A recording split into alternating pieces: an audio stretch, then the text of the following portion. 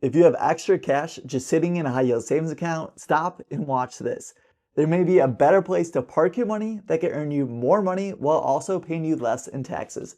And no, this is not another new online banking app. A lot of finance videos tell you to constantly move your money to whatever bank or app is offering the highest APY at the moment. But sometimes that rate actually requires a direct deposit, a paid monthly fee or subscription, or simply it's a promotional rate that just drops months later. Then you're right back to looking for that next highest rate. There's another option out there that I've actually personally been using for the last couple of years, and it's much simpler and earns me even more money. So I recently just sold my investment property, and instead of rushing into my next investment, I'm actually parking a large portion of that cash into Treasury ETFs. Now, hear me out. I currently have over $600,000 of my own money in one called VBIL. So I'm not just talking about this, it's actually where I'm keeping my own cash right now. And I could have put it in another high yield savings account, but right now this earns me more money and I don't have to keep chasing rates from bank to bank. The two ETFs that I recommend are VBIL and SGOV. These are ETFs that primarily invest in very short-term US Treasury bills.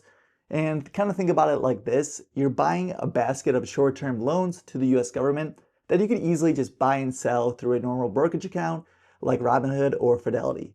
VBIL currently has a yield around 3.62% and SGOV is around 3.6%.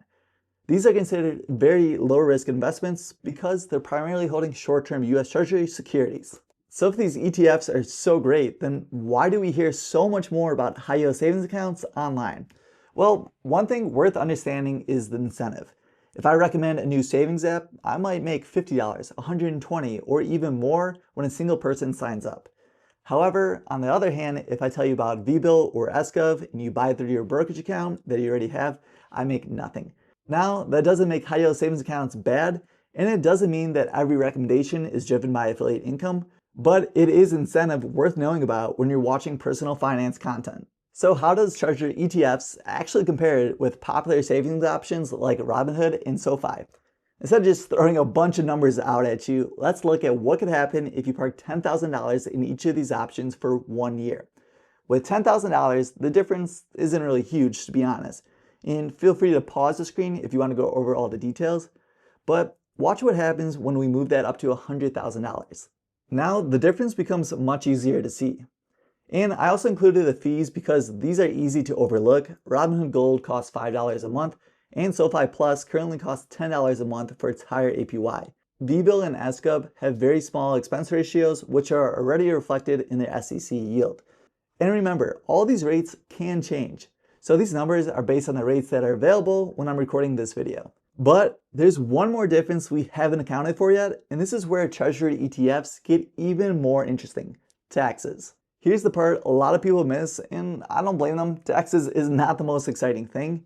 But one thing to consider is the interest from a normal savings account is generally subject to state income tax.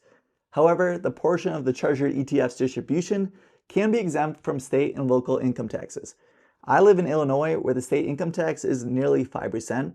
So let's go back to those exact examples and account for Illinois state taxes.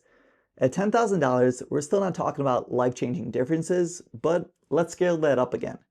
And this is the number I actually care about, not which account advertises the highest APY, but how much money I'm actually left with after fees and taxes. So are Treasury ETFs better than high yield savings accounts? For every dollar you have, no. I still think a normal savings account makes sense for an emergency fund, upcoming bills, and money you may need immediate access to. But for larger amounts of cash that I'm simply just parking, waiting for my next investment, Treasury ETFs make the most amount of sense for me right now. I can earn a competitive yield, potentially save on state taxes, and I stop chasing promotional rates from bank to bank. That's ultimately why I currently have more than $600,000 of my own money parked in VBIL. So I'm curious, where are you currently keeping your extra cash? Let me know down below in the comments.